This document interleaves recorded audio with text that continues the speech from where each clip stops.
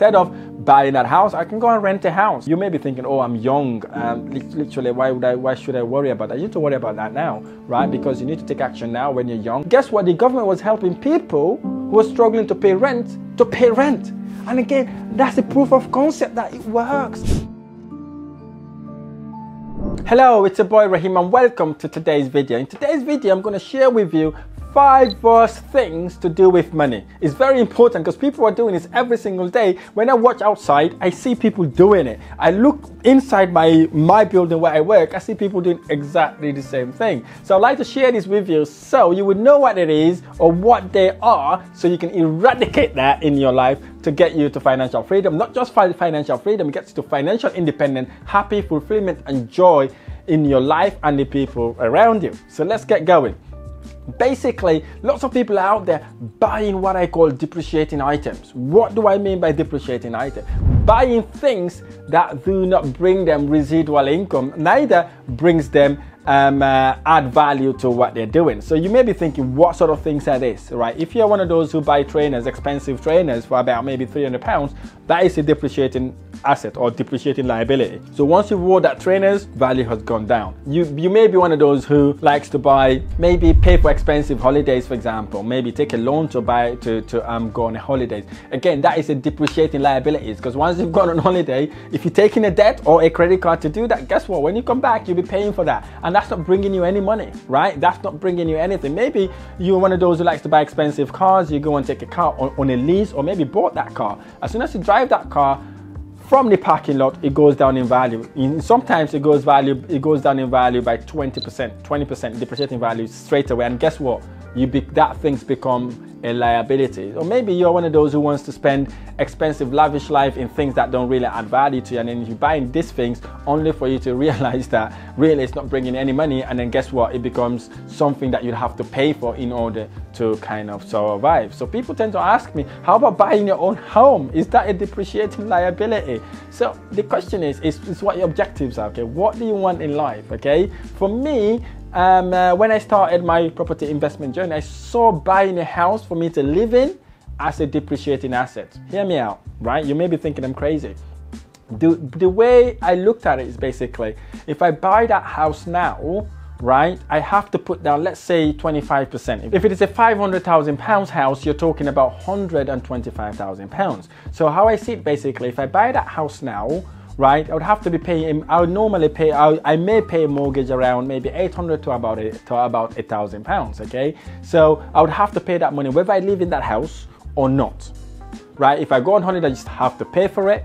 And if I live in the house, I'll still have to pay for it. So regardless what the situation is, I will still have to pay for that house. So what I did basically, I said, okay, now if I'm buying a house for £300,000, I would need to put down 25% of that, which is £75,000. I said to myself, then how about then if I can go and buy 3 houses worth £100,000? Well, that means basically I'll be putting down 25,000, 25,000 and 25,000. That gives me £75,000. And that 75,000 I would have put to buy my own house would allow me to buy 3 buy-to-let properties, okay? Those 3 buy-to-let properties, I would be making £2,550 per calendar month for those 3 properties, okay? So that is what is gonna bring me. So whether I live in those houses, I don't live in those houses, I've got tenants there that are paying me seriously return on my investment. So I'm making about £2,550. So what I could do then, instead of buying the house, I can go and rent a house. Suppose I rent a house, say I'm living in an expensive place in London or in just a normal average place in London. A house in London would kind of worth about £1,500. Let's say the best house is £1,500. So if I rent that property then for £1,500, whilst I'm renting my own 3 properties for £2,550, guess how much I will be saving or putting into my pocket? You guessed it right. So I will be making £1,050 every single month. So again, that's the reason why I did not buy property to live in at the beginning, because it makes my money work a lot harder for me. Suppose then I'm buying a property that worth 500,000 in this example. If it's 500,000, I need to put down £125,000 in order to be able to buy £500,000 property, because that would be the 25%.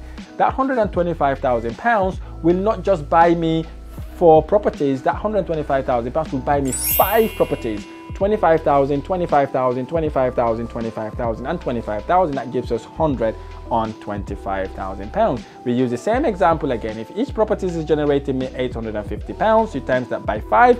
That property then will generate me £4,250. Those 5 properties will generate me £4,250. Same logic.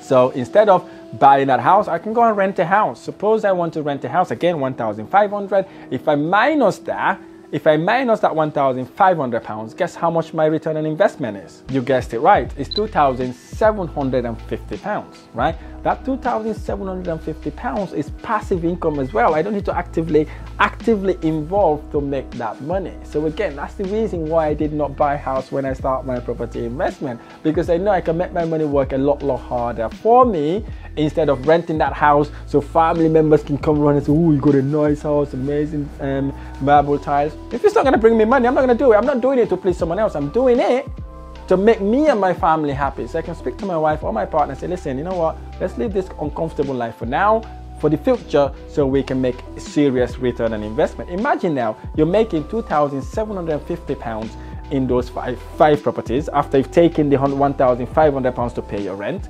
Times that then by 12, look at what you're making. You're making £33,000 a year. That £33,000 a year is literally money that you haven't worked for. That's what you call you make money whilst you sleep, not when you're actively working. Okay, that's how investors think. That's how I think when I start my property investment journey. That's how I still think. So it makes my money work a lot harder. And guess what?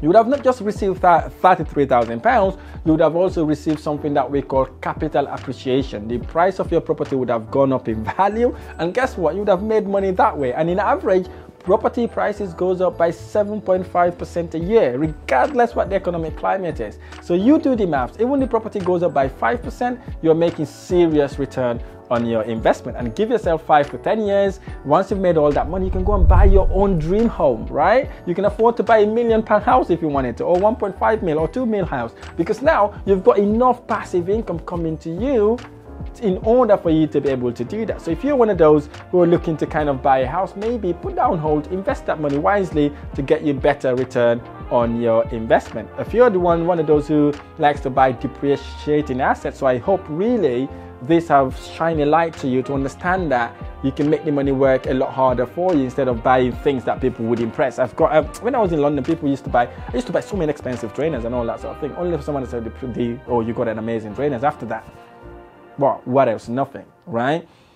So I reversed that concept into a concept that I can use to make myself not just rich but wealthy and help people around me as well. So reverse that idea. Instead of dressing to impress or buying things to impress people, buy things that can give you return on your investment, and then people would be impressed by you because they'll be seeing you as a millionaire, property millionaire, and you'll be giving charities, you'll be helping people left, right, and center. Then people would really look at you and copy you as a role model.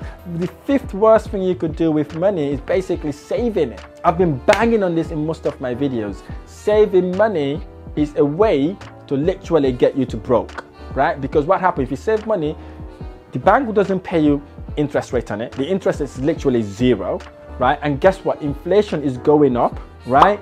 The value of your money goes down drastically, right? Just look at it now. A jug of milk was about maybe 70 pence just 6 months ago, and today the same jug of milk worth about £1.10. That is over 40 pence price increase. So imagine that if you've got that sort of money, or if you've got money in your account that would have gone down in value by 30%, you're literally dead. Okay, that money will not do any good to you. Okay, that money will not do any good to you. So do not save money. Store the money and invest it to a joint venture partnership. You can start your rent to rent. You can start your rent to service accommodation. And again, if you need help with this, book me for a free strategic call. I will kind of advise you on what to do. And the best thing you could do also is to educate yourself with that money instead of saving it, because it's not going to do any good to you. If you educate yourself, guess what? Nobody will take it away from you. It's in you. It's in you. You can literally use it whenever you want to use it because you're adding value to what you're doing. The 3rd worst thing you could do with your money is buying most cryptos. So what do I mean by that? like cryptos, we all know they're literally rock bottom right now. Literally, you're buying these things based on someone else's opinion, and most of these opinions are fake news. I cannot literally count the number of times I get this fake news saying Martin Lewis has invested in this crypto, Jeremy Corbyn have invested in this crypto, and they're bringing celebrities, making it a fake news in order for you to get actually ruled in it, and then buy those cryptos and end up losing lots of money. And people are losing lots of money in it. So don't gamble your money. Make your money work a lot harder for you instead of investing it based on someone else's opinion. So don't do that, okay? If you're one of those who's literally lost money in the crypto market, I hope you've learned from it and you will not gamble your money away. And again, if you don't know the market, don't invest because you see everybody's doing it, right? At least if you want to do it, make sure you know what you're doing, right? I looked into crypto.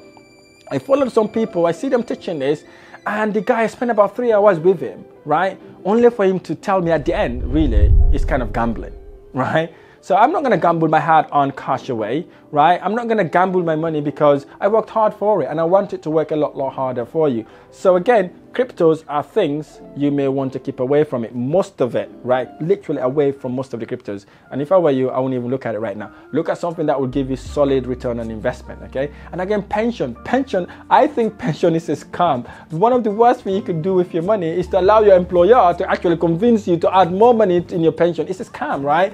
I've got lots of investors I've approached that I'm helping right now, right, who realize that the pension will not pay them even £300 after they have retired a week. So they have realized that that is not a wise return on their investment. So what they're doing right now is I'm helping them pull their pensions out in order for them to invest in properties, because they realize that the pension is not really going to get them to where they want to go, because basically, again, it's based on speculation. It's based on what the government decide to do on that day. And believe you me, there's so many poor pensioners out there that are sadly starting to work again because they have realized that that pension is not going to do a lot for them. You may be thinking, oh, I'm young.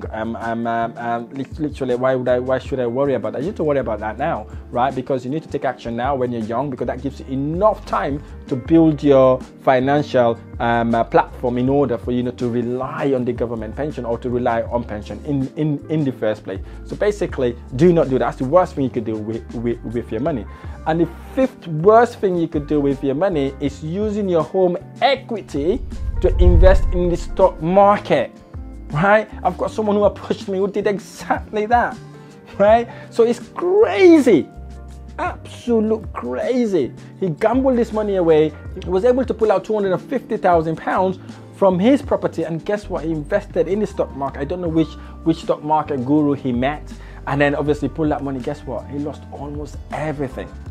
So I'm urging you, if you've got a property, do not pull that equity to either put it in pension or to invest in the stock market, especially if you don't know what you're doing, right? Especially if you don't know what you're doing, right? It's the worst thing you could do. You can put your family into a terrible situation. Because what I would advise you to do before you pull that money, even to invest in property, property would be the safest way to invest. You know why? Because once you bought the property, nobody's going to come and take it away from you, right? They're not going to say, oh, the property, the actual price has gone down. Even if the property's actual price has gone down, you've got someone paying you rent, right? You've got someone paying you rent every single day. We all know when COVID hits, right, stock prices went down. Guess what? The government was helping people who were struggling to pay rent to pay rent.